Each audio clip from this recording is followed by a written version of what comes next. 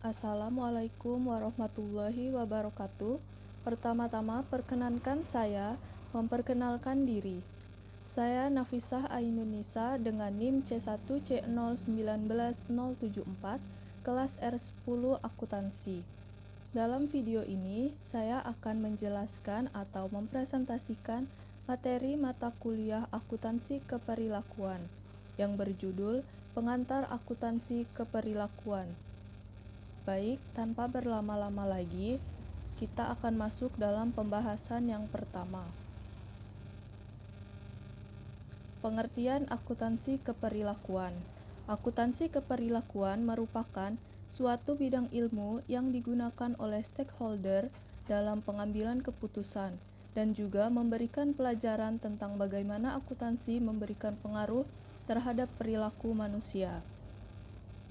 Lingkup akuntansi keperilakuan juga sangat luas, meliputi perilaku manusia dalam mendesain, membangun, dan menggunakan rincian akuntansi, pembelajaran dari reaksi manusia terhadap format rinci dari laporan keuangan, cara informasi untuk pengambilan keputusan, teknik pengembangan laporan sebagai alat komunikasi pengguna, serta pengembangan strategi untuk memotivasi dan menularkan perilaku, aspirasi, dan tujuan kepada pergerakan organisasi.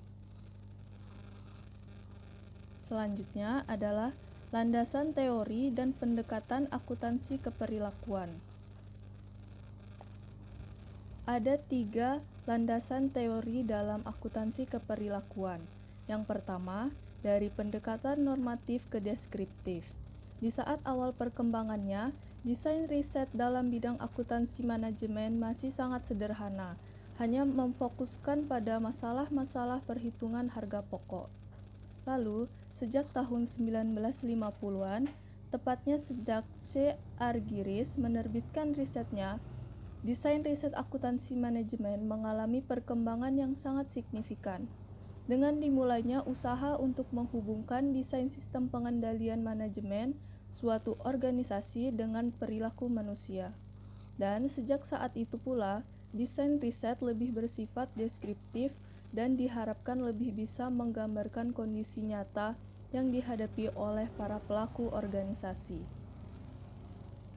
Yang kedua, ada pendekatan dari universal ke pendekatan kontingensi.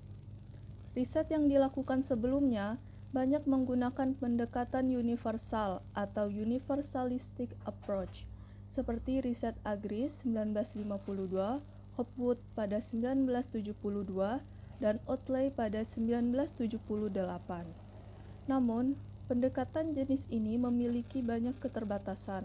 Oleh karena itu, muncul beberapa pendekatan lain yang mendapat perhatian besar dalam bidang riset, yaitu pendekatan kontingensi atau contingency approach.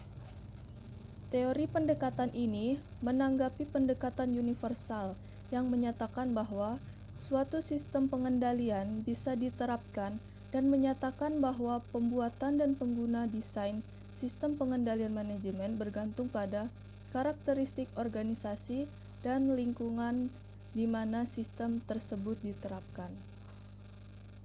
Yang ketiga, ada perspektif teoritis. Penelitian akuntansi keperilakuan di bidang akuntansi manajemen didominasi pada 2 landasan konseptual, yaitu teori keperilakuan khususnya perilaku organisasi, serta teori agensi yang berdasarkan pada ilmu ekonomi. Perspektif teoritis dibagi lagi menjadi 5 bagian. Yang pertama, teori atribusi. Teori atribusi mempelajari proses bagaimana seseorang menginterpretasikan suatu peristiwa, mempelajari bagaimana seseorang menginterpretasikan alasan atau sebab perilakunya. Yang kedua, ada teori harapan atau ekspektansi teori. Dalam ekspektansi teori, motivasi individu ditentukan oleh ekspektansis dan valensis. Ekspektansis adalah keyakinan tentang kemungkinan bahwa perilaku tertentu, seperti misalnya bekerja lebih keras, akan menimbulkan hasil tertentu, seperti kenaikan gaji. Valensis berarti nilai yang diberikan individu atas outcome atau hasil atau reward yang akan diterima. Yang ketiga, ada teori tujuan atau goal theory. Teori ini mula-mula dikembangkan oleh Lotschke pada 1968 dan Hudayati pada 2002. Teori ini mengemukakan bahwa perilaku seseorang ditentukan oleh dua cognitions, yaitu values and intentions atau tujuan. Yang keempat, ada teori agen. Teori ini mendasarkan pada teori ekonomi.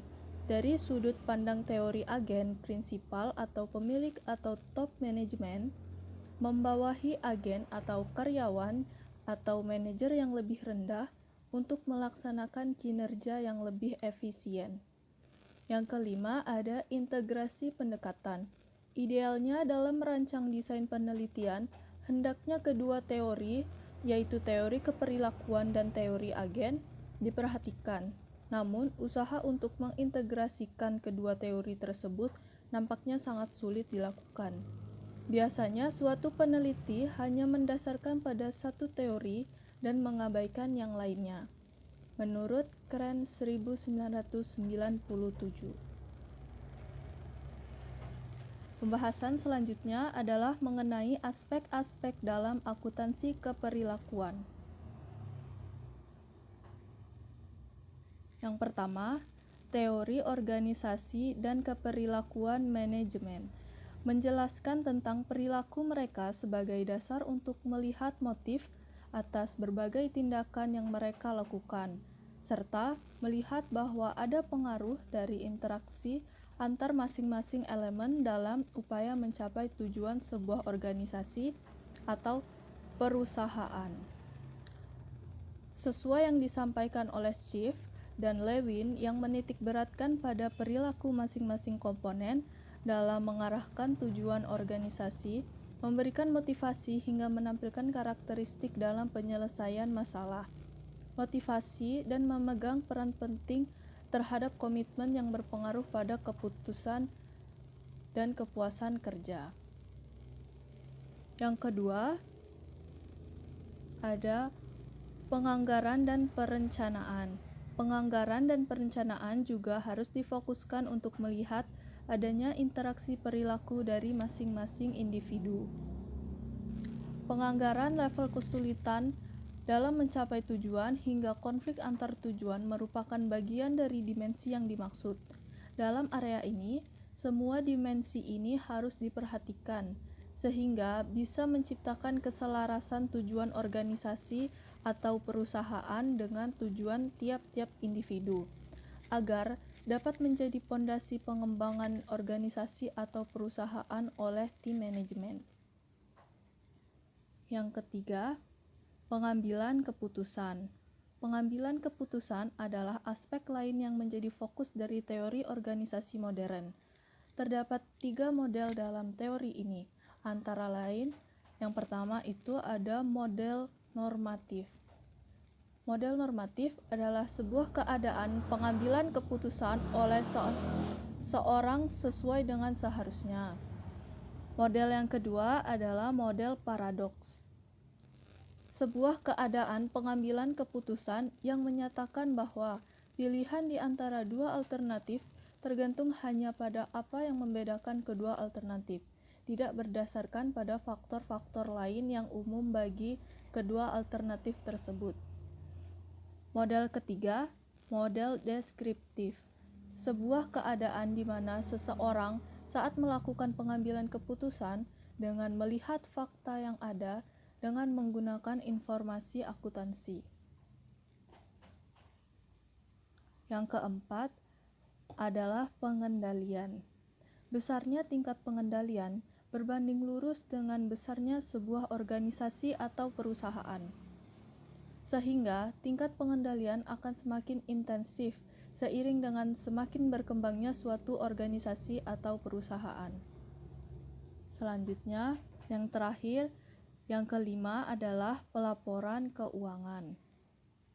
Pelaporan keuangan yang mencakup rataan laba, keandalan informasi akuntansi, Dan kaitannya informasi akuntansi kepada investor juga termasuk aspek perilaku dalam bidang akuntansi.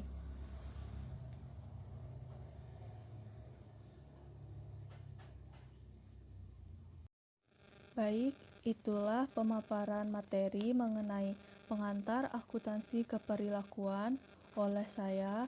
Lebih dan kurangnya mohon maaf.